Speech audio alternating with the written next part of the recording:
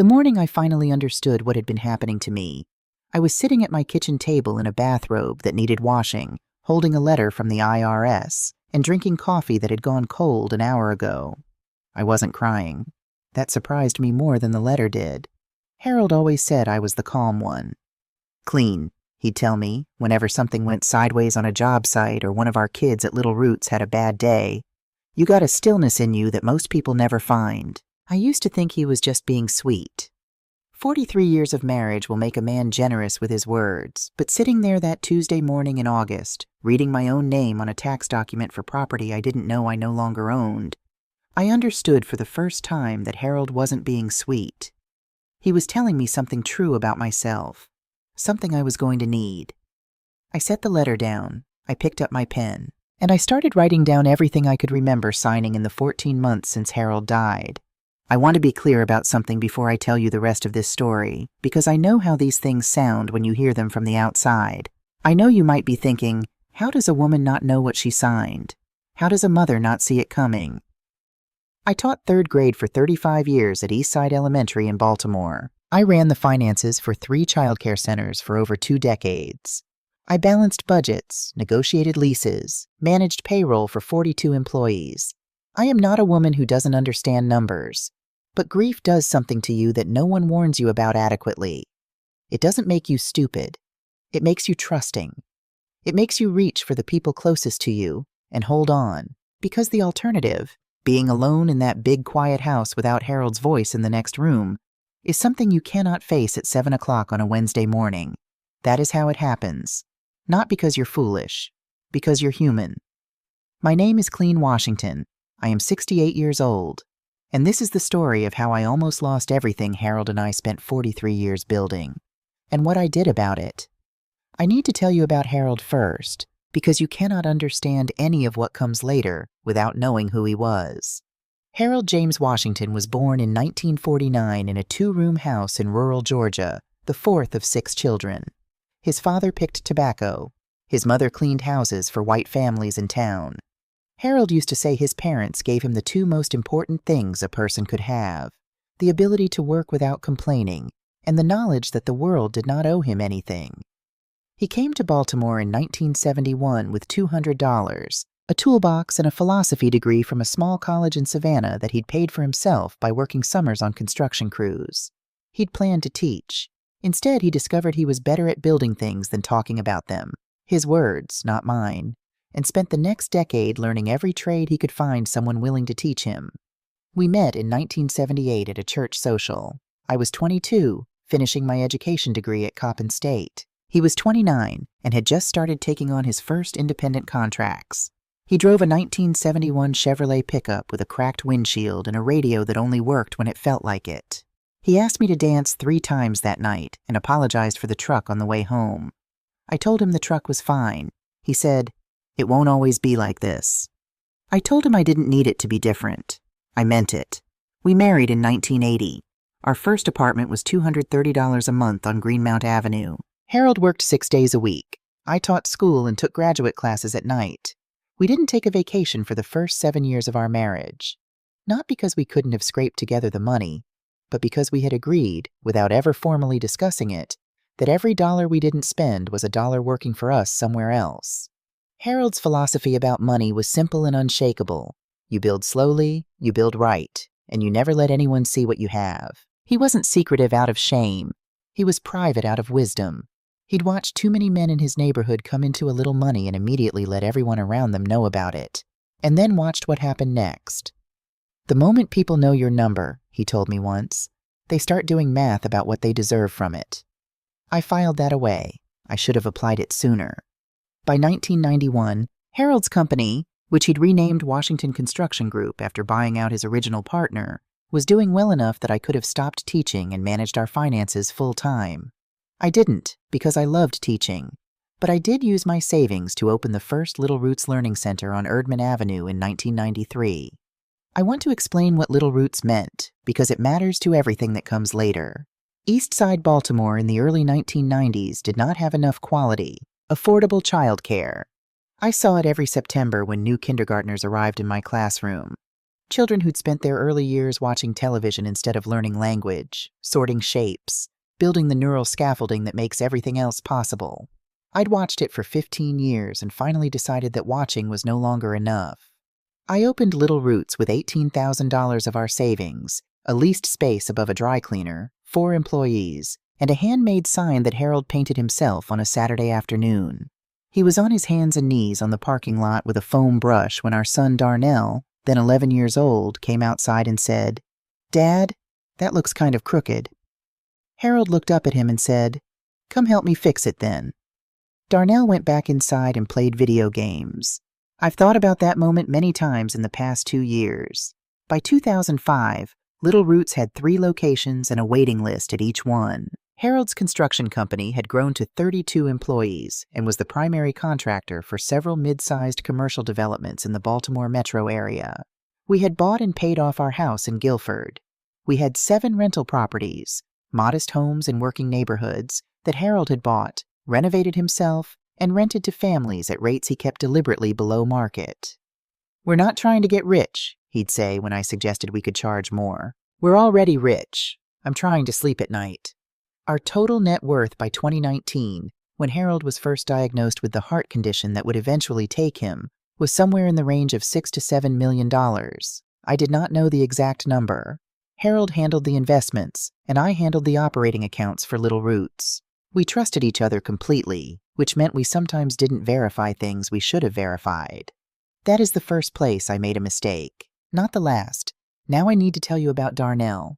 My son is not a monster. I want to say that plainly, even now, even after everything.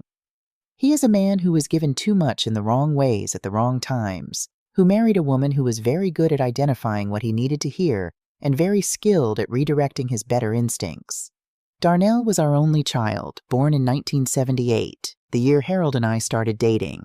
He was sharp, funny, and charming in this way that certain children are charming, the kind that makes teachers love them and also worry about them a little. He had Harold's physical presence and my verbal ability, which is a combination that opens a lot of doors. Harold paid for Darnell's education completely, private school from 9th grade, then 4 years at Howard University without a dollar of debt. At 35, when Darnell wanted to start his own real estate investment company, Harold wrote a check for $180,000 without significant hesitation. I asked Harold once, privately, whether he thought that was wise, whether giving Darnell that much too quickly might cost him something important. Harold was quiet for a moment. Then he said, "Probably, but I didn't get to give him much when he was small. I was always working." He wasn't wrong. The years Harold built the business were years he wasn't home. Darnell grew up comfortable but without his father fully present, which I think left a kind of vacancy in him, a need for external confirmation that Harold, working 18-hour days and coming home exhausted, hadn't always been able to fill. Brittany filled it. She came into Darnell's life in 2016 when he was 38. She was 35, worked in commercial real estate, and was the kind of woman who enters a room and immediately understands the architecture of every relationship in it. She was intelligent, attractive, and relentlessly attentive to Darnell in ways that I recognized, because I had been attentive to Harold, though for entirely different reasons. I noticed the first time I met Brittany at a family dinner that when Harold spoke, she tracked him. Not Darnell, Harold. Her eyes went to Harold whenever a decision was being mentioned, whenever a number was referenced, whenever the conversation touched on the company or the properties.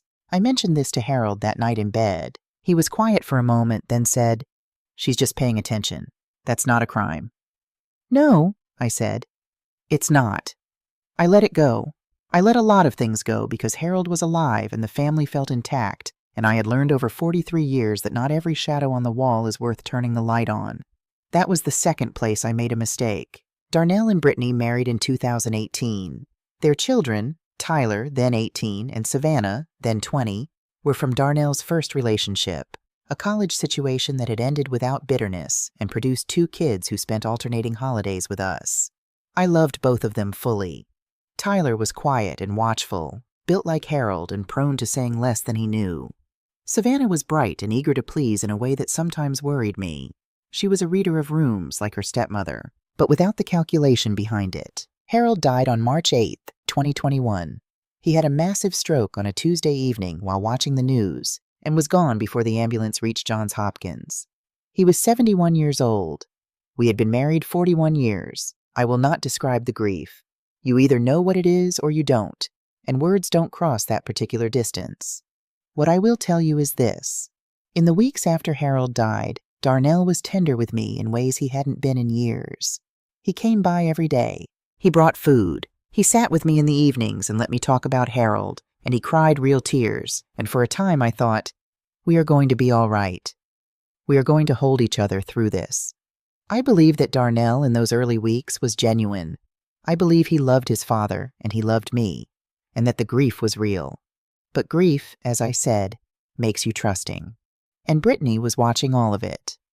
6 weeks after Harold's funeral, Darnell came to me with a document. He sat across from me at this same kitchen table with 2 cups of coffee between us, and he explained that managing Harold's estate, the accounts, the properties, the company, was going to require someone with authorization to act on my behalf while I was still recovering.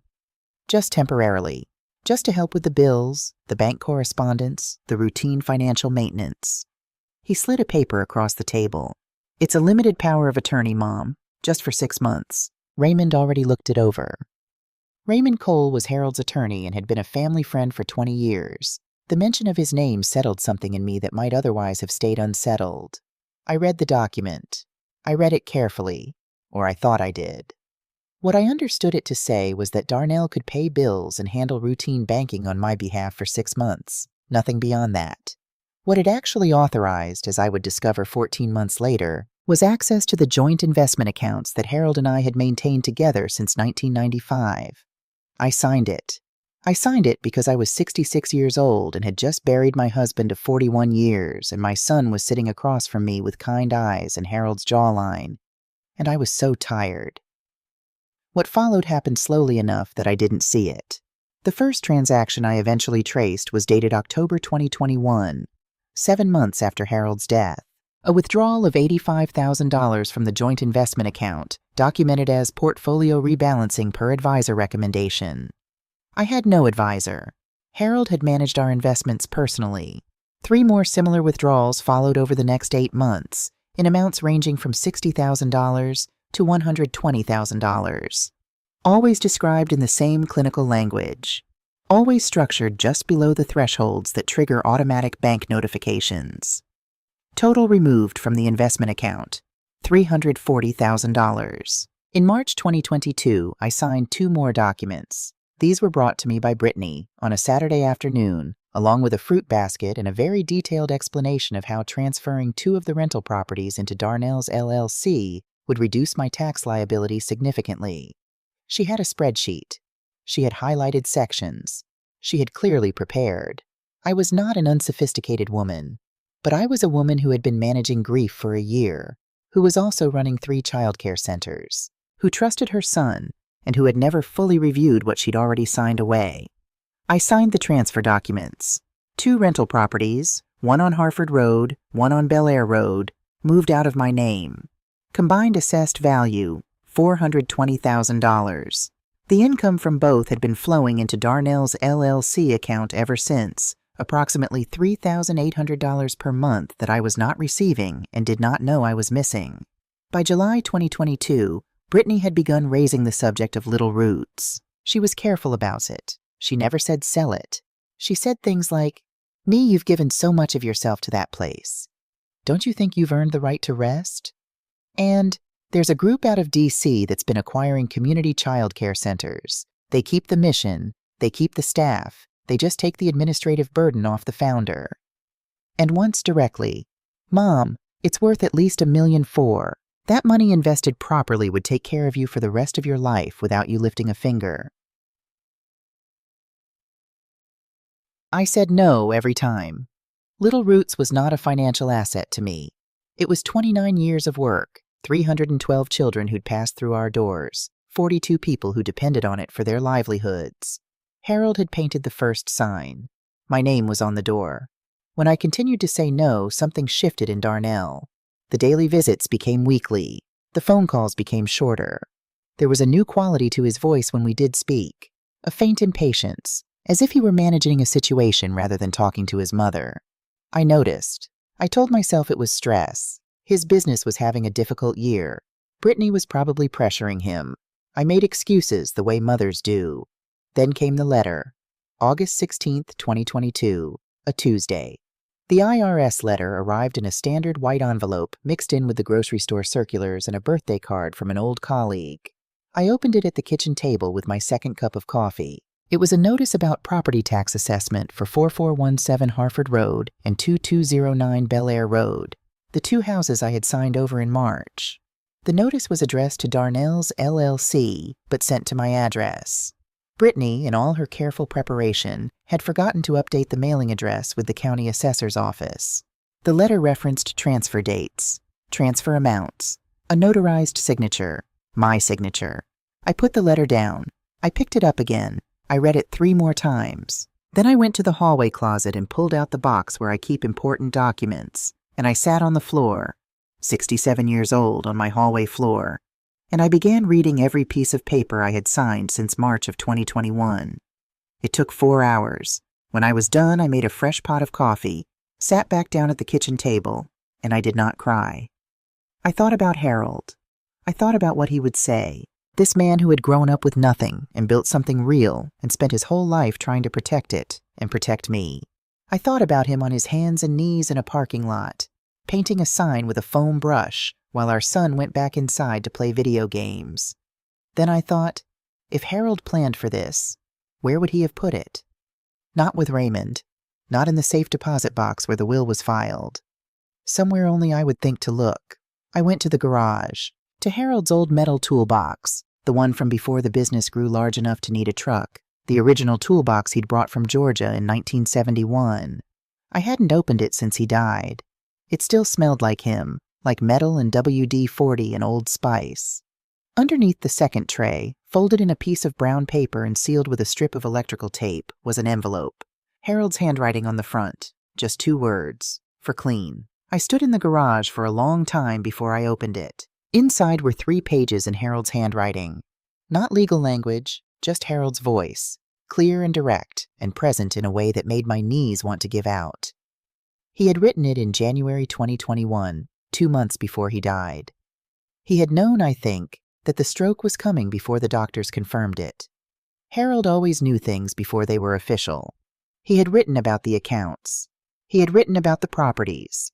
He had written specific numbers, specific balances, specific values, and a specific instruction. If the numbers don't match what I've written here, you find Raymond Cole before you talk to anyone else. You show him this letter. You trust Raymond Kleen. I already told him about this. And then, at the bottom of the last page, in handwriting that was slightly less steady than the rest, as if he'd written it last and with more feeling. I'm not saying our son is a bad man. I'm saying our son married a woman who wants things we can't give her, and he doesn't see it yet. I hope I'm wrong. I hope you never need this letter. But if you're reading it, you already know what to do. You've always known. I just wanted to make sure you had permission to do it. All my love. Always, Harold. I folded the letter back into its envelope. I put it in the inside pocket of my winter coat, which I then carried upstairs and hung in my bedroom closet. I went back to the kitchen table. I picked up my phone and I called my oldest friend, Evelyn Carter, who had taught 4th grade at Eastside Elementary for 30 years and who was the most discreet person I had ever known. Evelyn, I said when she answered, I need the name of an accountant, someone you trust completely, someone who has never met my family. There was a brief pause. Kleen, she said carefully, are you all right? I'm fine, I told her, and I meant it. I just have some numbers that need checking. I want to tell you something about planning that I learned from 35 years of teaching 8-year-olds. A child who is cheating on a test will always, eventually, show you exactly how they're cheating, if you stay quiet long enough and watch carefully enough. The mistake most teachers make is confronting the child the moment they suspect something. The child denies it, adjusts their method, and you've lost your evidence and your element of surprise. Harold used to say the same thing about contractors who were skimming on materials. Don't say a word until you can prove every number, he'd tell his site managers. The moment they know you're watching, they get careful. I had spent 43 years married to that man. Some things you absorb without realizing it. The morning after I found Harold's letter, I woke up at 5:15, made coffee, and sat at the kitchen table with a yellow legal pad. I wrote 2 words at the top of the first page, what I know. Then I wrote 2 words at the top of the second page, what I need. I worked for 3 hours without stopping. By 8 o'clock, I had a list of every transaction I could identify, every document I had signed, every date and amount I could reconstruct from memory and from the papers in my closet box. I had a second list of everything I still didn't know, the investment account balances Harold had written down in his letter versus what I could verify from my own statements, the current rental income from the 2 transferred properties, the full legal language of the power of attorney I'd signed. And I had a third list, 6 names, the people I needed to see in order before I spoke a single word to Darnell or Brittany. Evelyn Carter, for the accountant referral, already done. Diane Foster, the accountant Evelyn recommended. Raymond Cole, Harold's attorney, who Harold had specifically told me to trust. Pastor James Whitfield, not for prayer, though I wouldn't turn that down. For witness. Tyler, but not yet, not until I knew more. Darnell, last, only when everything else was in place. I looked at that list for a long time. Then I folded the legal pad pages, put them inside Harold's letter in my winter coat pocket, and went upstairs to get dressed. I had work to do. Diane Foster's office was on Charles Street, 3rd floor of a building that smelled like old carpet and central air conditioning. Evelyn had called her the night before and explained only that a friend needed a full financial audit, personal accounts, property transactions, estate-related documents, and that discretion was essential. Diane had agreed to a same-day consultation. She was 52, compact and precise, with reading glasses pushed up on her head, and the manner of a woman who had spent 25 years looking at other people's financial disasters without losing her composure.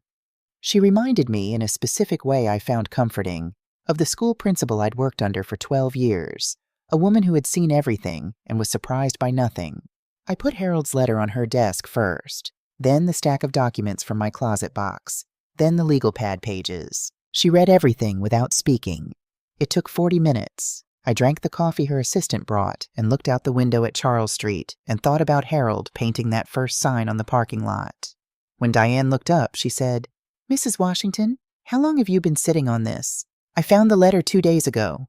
I've suspected something was wrong for about 3 months, but I couldn't identify what." She nodded slowly. "I'm going to need full access to your bank records, investment statements, and property records going back to March 2021. Can you get me authorization for that today?" "Yes, and I need you to understand something before we go further." She folded her hands on the desk.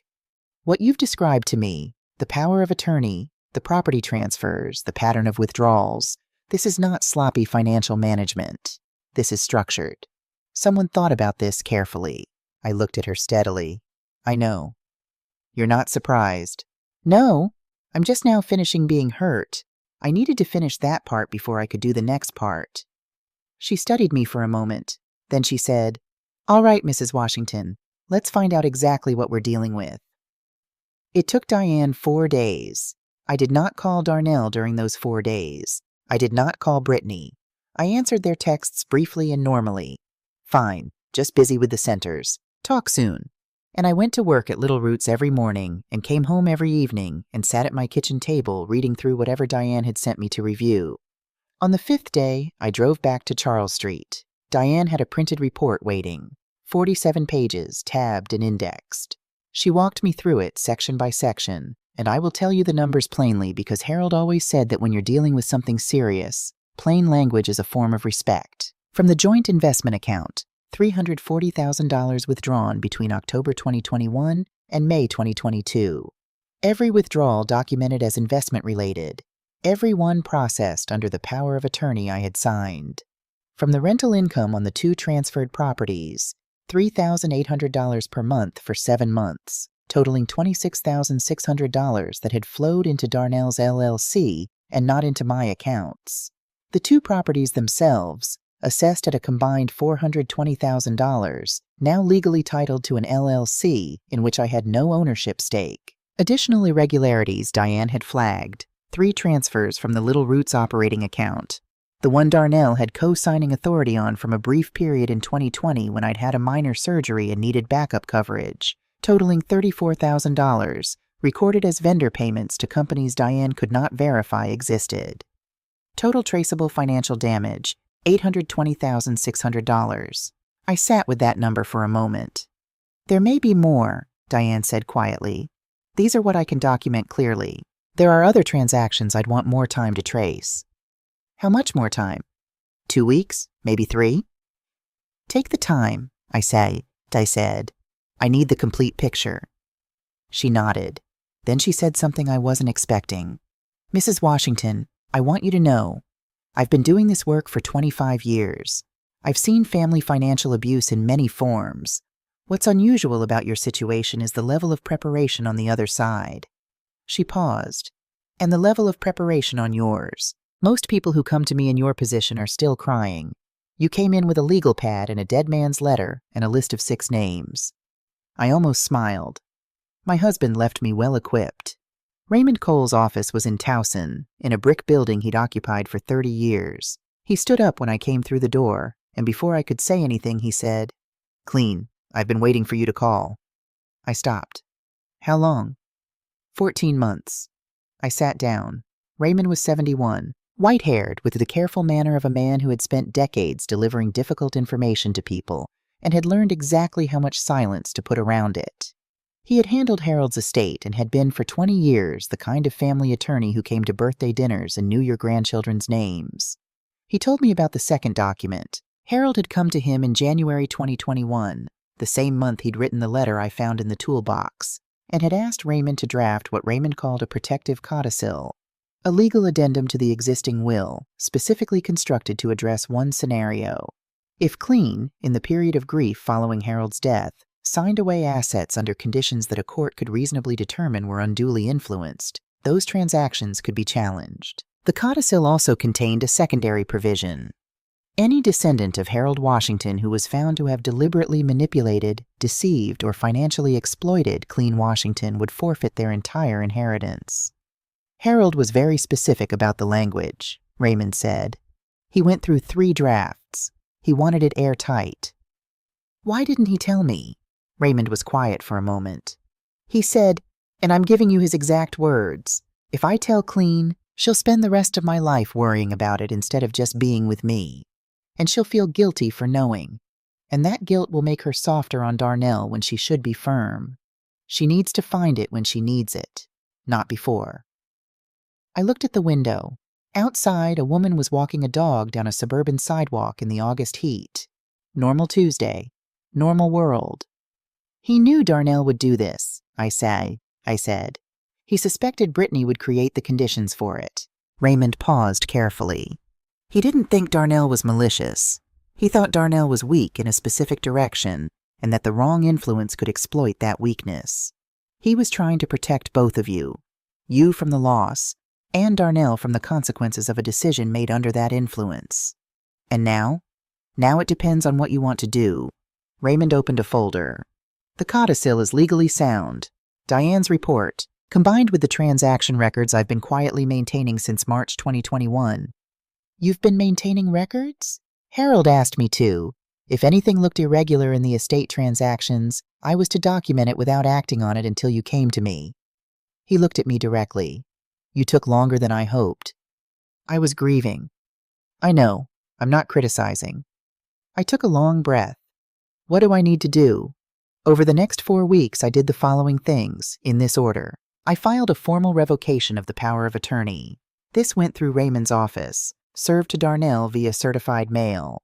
I did not call to warn him. I retained Diane to complete her full audit with authorization to request records directly from the bank and the county property office. I met with Raymond to begin the process of updating my will entirely. The new document took 3 sessions to complete. Little Roots Learning Center was restructured as a nonprofit organization with an independent board of directors. No family member could hold a controlling position or initiate a sale. Tyler was named as a conditional beneficiary with a trustee structure that required he work with a financial advisor for any distributions over $25,000 until age 30. Savannah was included with a smaller, unconditional portion because I wanted her to know she was seen, regardless of what her parents had done.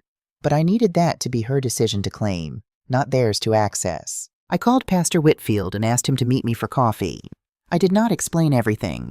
I said only that I was navigating a difficult family situation and might need a character witness at some point, someone who had known Harold and me for 20 years and could speak to my mental clarity, my values, and my history. He said, without hesitation, "Kleen, you are one of the sharpest people I have ever known. Whatever you need."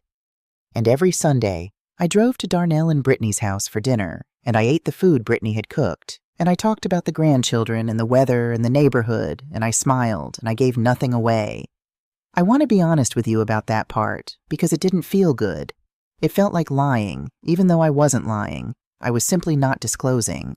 There is a difference, but it's a thin one. And some nights driving home, I had to sit in my car in the driveway for a few minutes before I could go inside. But then I would think about Harold's letter. I hope you never need this letter. But if you're reading it, you already know what to do. I knew what to do. The revocation letter reached Darnell on a Thursday. He called me within 2 hours. I let it ring. He called again. I let it ring again. On the third call, I answered. "Mom." His voice was careful in the way that told me Brittany was probably in the room. "I got a letter from Raymond's office. Yeah, about the power of attorney." Yeah, a pause. "Is everything okay? Did something happen?" "Everything's fine, Darnell.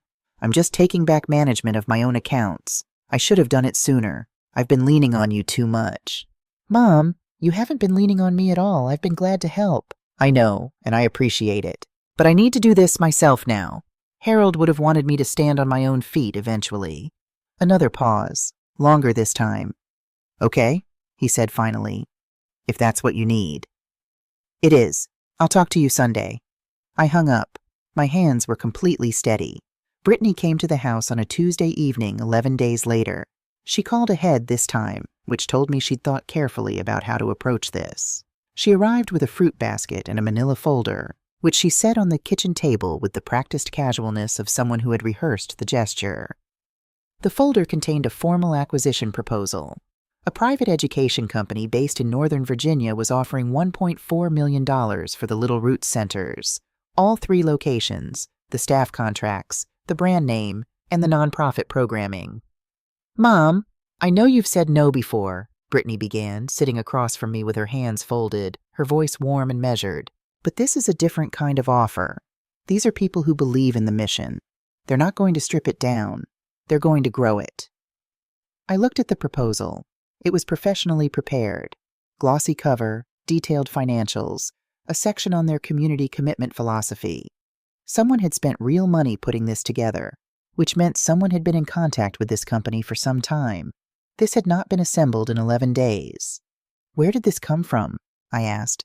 "I've been in conversations with them for a few months. I wanted to make sure it was serious before I brought it to you." "A few months.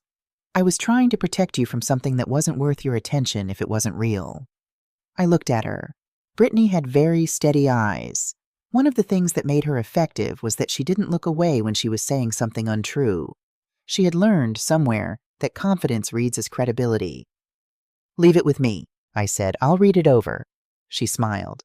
"Of course. Take all the time you need. They do have a soft deadline of—" "I'll read it over," I said again, with a different quality in my voice. She heard the difference. Her smile adjusted slightly. After she left, I photographed every page of the proposal and emailed it to Raymond with one line. "They're accelerating. How are we positioned?" Raymond called me within the hour. "The nonprofit restructuring will be finalized next week. Once that's done, you couldn't sell Little Roots even if you wanted to. The board would have to approve any such transaction, and the board you've appointed has no obligation to any family member." "Good," I said. "And the property dispute?" "I'm filing the civil challenge to the Harford Road and Bel Air Road transfers on Monday. Darnell will receive notice within 10 days. "All right. Kleen." Raymond paused. "Are you ready for what comes next? Once that filing lands, this stops being quiet." I thought about Harold in that parking lot with his foam brush. I thought about 35 years of third graders who had learned to read in my classroom. I thought about the letter folded in my winter coat pocket. And I hope you never need this. "I've been ready," I said. "I've just been waiting until I could prove every number." Tyler called me on a Wednesday night 3 weeks before my birthday. He didn't announce himself the way young people usually do. No, hey, what's up? No preamble. He just said, Grandma, I need to tell you something. Can you talk? I can talk. He was quiet for a moment, and I could hear him moving, going somewhere more private, I thought. Mom's been saying things to me and Savannah about you. What kind of things? That you've been making bad decisions since Grandpa died. That you're not...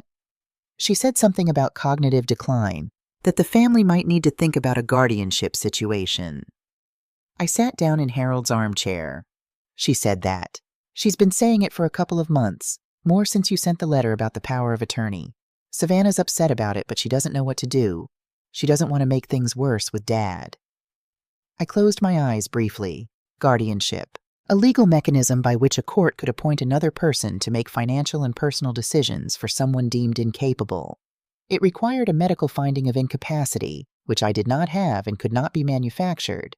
But the process of fighting it, if someone filed, was expensive, exhausting, and publicly humiliating. This was not improvised. This was the backup plan. Tyler, I said carefully, I need to ask you something, and I need you to answer me honestly. Not for my sake, for yours. Do you believe what she's saying? No. No hesitation at all. Grandma, you are the sharpest person in any room you walk into. You always have been. Then I need to ask you something else. I may need you to say that, what you just told me, to other people. Not family, other people. Can you do that? A long pause. I could hear him breathing. I knew what I was asking. I was asking a 21-year-old to stand against his father in a legal context, and I was not going to pretend that was a small thing. Yeah, he said finally. I can do that. Tyler. I stopped, started again. You don't have to do this for me. I want you to do it because it's true. Only if it's true. It's true, Grandma. That's why I called. After we hung up, I sat in Harold's armchair for a long time. Then I called Evelyn. Evelyn, I said. My birthday is in 3 weeks. I'd like to have a small dinner. Family, a few old friends. Would you and James come? Of course, she said. Then, knowing me the way 40 years of friendship allows. Kleen, is it time? I looked around my living room, at Harold's books on the shelves, at the painting I'd made of the Little Roots front door, at the family photograph above the fireplace where Harold sat in the center of everything, solid and steady and gone. Yes, I said. It's time. The last thing I did before my birthday dinner was write a letter to Savannah. Not about the legal situation, not about her parents. Just a letter from a grandmother to a granddaughter, telling her what I saw in her. The intelligence, the kindness, the way she listened to people when they spoke as if what they were saying genuinely mattered to her. I told her that the courage to form your own opinion, independent of the people you love most, is one of the hardest and most important things a person can develop. I told her I would always be her grandmother, regardless of anything that came next. I sealed the envelope and put it in my coat pocket next to Harold's letter. Then I went to the kitchen and started cooking for my birthday dinner. Red beans and rice, cornbread, roasted chicken, sweet potato pie. Everything Harold had loved. Everything that smelled like home. The table was set for 12 people. Every one of them had a role to play in what was about to happen, though only 4 of them knew it. My 68th birthday fell on a Saturday. I woke up at 5:15, the same time I'd been waking up since Harold died, when the silence of the house was loudest and his absence was a physical thing you could almost reach out and touch. I made coffee. I sat at the kitchen table. I read the letter from the toolbox one more time, not because I needed to, I had memorized every word by then, but because it was the closest thing I had to Harold being in the room with me on a morning when I needed him there. You already know what to do. You've always known. I just wanted to make sure you had permission. I folded it carefully, put it back in my coat pocket, and went to get dressed. I chose red. I had never owned a red dress in my life. Harold used to joke that my color palette ran from navy to charcoal with occasional adventures into burgundy. But 3 months earlier, on a Tuesday afternoon when I'd finished my meeting with Raymond and had an hour before I needed to be back at Little Roots, I'd walked into a boutique on Roland Avenue and bought a red dress without trying it on first. The woman at the register had said, "That color is going to look stunning on you." I'd thought, I'll wear it when it's time. It was time. Evelyn and her husband James arrived at 4:30 to help me finish setting up. Evelyn took one look at me in the red dress and said, "Harold would have proposed all over again." I laughed. Really laughed, the kind that comes from somewhere deep. And for a moment, the kitchen felt full in the way it used to feel when Harold was alive and the house held people easily, naturally, the way a good house does. Raymond arrived at 5, as we'd arranged. He was carrying his briefcase, which he set in the hallway closet at my request. We didn't discuss it. We didn't need to. Pastor Whitfield arrived with his wife Dorothy at 5:15.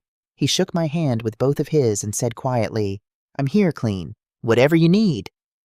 Tyler arrived at 5:20. He was wearing a jacket and tie, which he almost never did, and when I opened the door, he looked at me for a moment and then said, "You look like somebody who's already won." "Not yet," I said, "but soon." He hugged me, held on a few seconds longer than usual. Savannah arrived separately from her parents, which she had apparently arranged on her own. She knocked on the kitchen door rather than the front, the door we always used for family. And when I opened it, she was holding a small wrapped package and looking at me with an expression I recognized as the particular courage of someone who has made a hard decision and is standing behind it. "Grandma," she said, "I got your letter." "I know, sweetheart. I wanted to come early, before them." She paused. "I need you to know that I see what's been happening. I've seen it for a while. I just didn't know what to do." I took her face in both my hands the way I had when she was small. "You came to the right door," I said. "That's what you do." She came inside. We stood in my kitchen together, and I poured her a glass of sweet tea, and we talked about nothing important for 20 minutes. Her job, a book she was reading, whether the sweet potato pie needed more time. And it was the most normal 20 minutes I'd had in longer than I could remember. At 5:50, Darnell and Brittany arrived. I watched them come up the front walk from the living room window. Darnell was wearing a blue shirt I recognized, one I'd given him 2 Christmases ago. He looked tired in a way that had become permanent over the past year, a tightness around his eyes that hadn't been there before Harold died. I thought, watching him, about the boy who had gone back inside to play video games while his father painted a sign on a parking lot. I thought about the vacancy Harold had named and the woman who had learned to fill it with the wrong things. I felt grief for him, genuine grief. Not the erasing kind that makes you forgive everything before anything has been addressed. Just the quiet, clear-eyed sadness of a mother who sees her child plainly and wishes the seeing didn't hurt. Brittany walked beside him with the particular posture of someone who believes they are managing a situation that is entirely under their control. I went to open the door. "Happy birthday, Mom," Darnell said, handing me flowers. Store-bought, the paper still on. He kissed my cheek. "Thank you, baby." Brittany gave me an air kiss and said, "Alice, you look so different. Is that a new dress?" "It is," I said. "Come in. Dinner was good. I want to be honest about that, because the story I'm telling you could make it sound like a stage set with everyone positioned for a confrontation. But it wasn't. Not for the first 2 hours. It was a real birthday dinner, with real food and real laughter, and moments where the table felt like what a family table is supposed to feel like. Pastor Whitfield told a story about Harold from 20 years ago that I hadn't heard before, involving a church roof repair that had gone sideways in a specific and extremely Harold way, and the whole table laughed. And for a few minutes Harold was present in the room, the way the dead sometimes are when the people who loved them are gathered together remembering well. Darnell told a story about being 12 years old and accidentally flooding the basement trying to fix a pipe himself because he wanted to show Harold he could do it. "Dad came home and looked at 4 inches of water in the basement," Darnell said. "And he didn't yell. He just said, 'Well, now you know why we call a plumber.' And then he made me help him clean it up for 6 hours. Everyone laughed. Darnell laughed too, and for a moment I saw the boy under the tired face, and the grief I'd felt watching him come up the walk returned, sharper. Then the dinner plates were cleared, and I brought out the sweet potato pie, and Darnell cleared his throat. "Before we do the cake," he said, in a voice that had shifted register slightly, "Brittany and I wanted to bring something up, as a family." I set the pie down on the table and sat. "We've been concerned about Mom," Darnell continued, and the table went quiet in the specific way that rooms go quiet when something real is happening. "Since Dad passed, she's been making some decisions that worry us. The Little Roots restructuring, the investment in Tyler's, the business plan, cutting off access that was there to help her." He paused. "We think it might be time to talk about a more formal arrangement, a power of attorney, a real one, properly structured, to make sure Mom is protected." Brittany added smoothly. It's not about control. It's about making sure there's a safety net. Kleen has been under so much stress, and sometimes stress can affect judgment, Darnell supplied. The word landed on the table like a stone dropped into still water. I watched the rings spread outward. Evelyn's face, careful and still. Pastor Whitfield's expression, which had gone very quiet. Tyler, who was looking at his father with something that might have been the last remnant of hope leaving his eyes. Savannah, who was looking at her plate. And Raymond, who reached down beside his chair for the briefcase he had retrieved from the hallway closet at some point during dinner without my noticing. I looked at my son. Darnell, I said, I love you. I have loved you since before you were born. I want you to remember that I said that, right now, before anything else. He blinked. Mom, I'm not finished. The table was completely silent.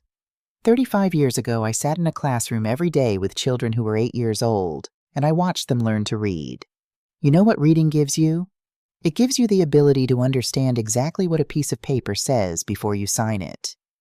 I paused. I should have read more carefully in March of last year. That was my mistake. I own it fully. Brittany's expression had shifted from confident to watchful. Raymond, I said. Raymond opened the briefcase. What happened next took about 12 minutes, which felt both very short and very long. Raymond explained the codicil quietly and completely, the way he had explained it to me 2 months earlier. Harold's words, Harold's intent, the legal structure Harold had built to protect what we had made together. He explained the civil filing that had been entered 6 weeks prior, challenging the validity of the 2 property transfers on grounds of undue influence during a period of documented grief. He explained Diane's audit and the numbers and what those numbers meant. Darnell's face went through several things in quick succession. Confusion first. Genuine, I think, because I believe some part of him had compartmentalized what had happened into a story where he was helping his mother, managing her affairs, doing what needed to be done. Then a kind of crumbling as the structure of that story met the numbers Diane had documented. Then something that was not quite shame and not quite anger, but lived in the territory between them. Brittany's face did not crumble. Brittany's face went very still in the way of someone rapidly calculating. This is, she began. Documented, Raymond said. Thoroughly. We were protecting her assets. 47 pages say otherwise, Raymond said without raising his voice, including 3 transfers from the Little Roots operating account to vendor entities that don't appear to exist. The table was completely silent. Darnell looked at me. His eyes were wet. Mom, I know, I said quietly. I didn't. Brittany said it was Darnell. My voice was gentle, but it was final. I know. And I did know. I knew he had told himself a story that let him do what he did while still believing he was, on some fundamental level, a good son. I knew Brittany had constructed that story for him carefully, over years, brick by brick. I knew he was not a monster. And I knew that none of that changed what had happened, or what I was going to do about it. The codicil your father wrote, Raymond continued, is clear. Actions constituting financial exploitation of Kleen Washington result in forfeiture of inheritance. Based on what has been documented, that condition has been met. You can't, Brittany stood up. This will be contested. This will go to court and it will be contested and you are welcome to contest it, Raymond said. The documentation is thorough. I've been building it for 14 months. Darnell hadn't moved. He was looking at the table, at the remnants of my birthday dinner, at the sweet potato pie I hadn't cut yet. Dad knew, he said. It wasn't a question. Your father loved you, I said. He also knew you. Both things were true. A long silence. Then Darnell stood up. He didn't look at Brittany. He picked up his jacket from the back of the chair. He looked at Tyler and then looked away. He looked at Savannah, who was crying quietly, and something in his face broke open for just a moment before he closed it again. He looked at me last. I'm sorry, Mom, he said. His voice was raw. I'm sorry. I believed him. That was the hardest part of the whole evening. That I believed him, and it didn't change anything, and we both knew it. I know you are, I said. He left. Brittany followed him, her heels sharp on my hardwood floors, without another word. The door closed. The table sat in silence for a moment. Then Pastor Whitfield said quietly, Lord have mercy. And Evelyn reached across and took my hand. And Tyler, who had not spoken since before Raymond opened the briefcase, looked at me and said, "Are you okay, Grandma?" I thought about it honestly before I answered. "I'm sad," I said. "And I'm free." Both at the same time. He nodded like that made sense. It did. I cut the sweet potato pie. We ate it. Dorothy Whitfield said it was the best she'd ever had, which was almost certainly not true, but was exactly the right thing to say. Evelyn and James stayed until 10 o'clock, washing dishes and telling stories about Harold, and filling my kitchen with the particular warmth of people who have known you long enough to love you without conditions. When everyone had gone, I sat in Harold's armchair in the quiet house. I took his letter out of my coat pocket one more time, read it one more time, sat with it in my hands for a long time. Then I got up, walked to Harold's toolbox in the garage, and put the letter back where I'd found it. Under the second tray, in its brown paper, sealed back with a fresh strip of electrical tape. It belonged there. It was part of the house. I was part of the house.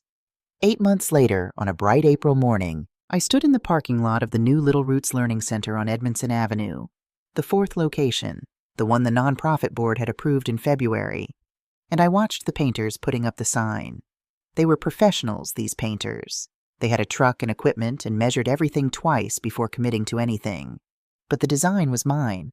I had painted it myself in my kitchen on a Saturday afternoon. The same colors Harold had used 30 years ago on that first sign on Erdman Avenue. The same round letters, slightly imperfect at the curves, with the little root symbol underneath, a seedling with its root system visible below the soil, reaching down as far as it reached up. One of the painters looked over at me. "You the founder?"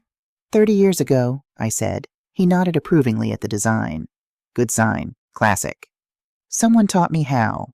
The legal matters resolved over 7 months, with the imperfect grinding slowness of actual legal matters. The civil challenge to the property transfers was upheld. Both houses returned to my name in February. The rental income for the period of the transfer, $26,600, was included in the settlement. The $340,000 from the investment account was addressed through a negotiated agreement that Raymond brokered in lieu of criminal proceedings, which I had the option to pursue and chose not to. Darnell agreed to repay $280,000 over 4 years, secured against his company assets. The remaining $60,000 was documented as forgiven. My choice, my decision, made with full understanding of what I was doing. The $34,000 from the Little Roots operating account was repaid in full within 30 days of the audit findings being formally presented. I did not ask how Brittany found the money that quickly. I noted that she found it and moved on. Darnell and I did not speak for 5 months. The silence was his choice, and I respected it, because I understood that a man who has seen himself clearly for the first time needs space to decide who he is going to be now.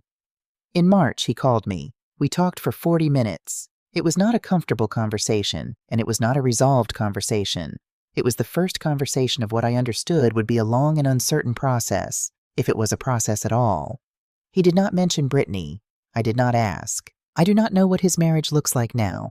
I know what my life looks like. Tyler sits on the Little Roots board of directors. He is 22 years old and takes it more seriously than people twice his age take things they have held far longer. He reads every financial report. He asks questions in board meetings that make the older members look at each other with expressions of quiet respect. Harold is, in whatever way the dead are present, profoundly satisfied. Savannah calls me on Sundays. Not every Sunday, but most of them. We talk about books. She has become a serious reader, which delights me, and about her job and her friends, and occasionally, carefully, about her father. She is building her own opinions slowly and honestly, the way good opinions are built, and I try to give her room to do that without pushing her toward conclusions I have already reached. She came to visit last month, and we spent a Saturday afternoon at Little Roots together, reading to the 4-year-olds in the story corner. Watching her sit cross-legged on the floor with 3 children in her lap, holding a picture book with complete seriousness, I thought, "Harold, look at this. Look what's still growing. Evelyn and I have lunch every Thursday. This is new. We had let the friendship go thin in the years when I was consumed by Harold's illness, and then his death, and then everything that followed. Rebuilding it has been one of the genuine pleasures of this chapter of my life. She is funny in a dry, precise way that never gets old, and she remembers things about the early years of my marriage that I have half forgotten. And sitting across from her at our regular table at the diner on York Road, I sometimes feel 28 years old again in the best possible way. I paint on Wednesday mornings, watercolors mostly, landscapes and buildings, the neighborhoods I've taught in and worked in and driven through for 40 years. I am not a great painter. I am a genuine one, which I have come to believe is more important. 2 of my pieces are hanging in the new Little Roots on Edmondson Avenue, and the children walk past them every day without knowing or caring who made them, which is exactly right. This is what I want to tell you. If you've stayed with me this far, I did not come through the last 2 years because I was strong in some exceptional way. I came through it because Harold left me the right tools, not just the letter in the toolbox, not just the codicil with Raymond, but 43 years of watching a man who knew exactly who he was and acted accordingly, every day, without drama and without apology. I came through it because Evelyn answered the phone and didn't ask unnecessary questions, because Raymond had been waiting for my call for 14 months and kept the faith, because Tyler found his courage at 21 in a way that some people never find it at all. And I came through it because grief, which I had thought was only taking from me, had also, in the strange, counterintuitive way of hard things, given me back to myself. I had spent so many years being Harold's partner, Darnell's mother, Little Roots founder, that I had not spent much time being simply Kleen Washington, a woman with opinions and preferences and the right to act on them without requiring anyone's approval. The hurt of the last 2 years gave me that. I would not have chosen it. I am not grateful for it exactly, but I will not pretend it gave me nothing. On the morning the new sign went up on Edmondson Avenue, I drove home through streets I have known for 40 years, past East Side Elementary where I taught for 35 of them, past the church where Harold and I were married and where his funeral was held, past the first apartment on Greenmount where we lived on love and careful budgeting and a radio that only worked when it felt like it. I parked in my driveway, sat for a moment, then I went inside, made coffee, and sat at the kitchen table.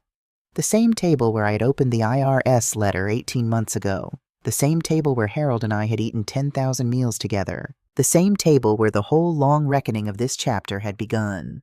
I picked up my phone and called Savannah. She answered on the second ring. "Hey, Grandma." "Hey, baby, what are you reading?" she told me. We talked for an hour. Outside my window, the neighborhood went about its morning. Normal Tuesday, normal world. And the house held me the way it always had. The way Harold had built it to, quietly and without making a fuss. The way the best things do.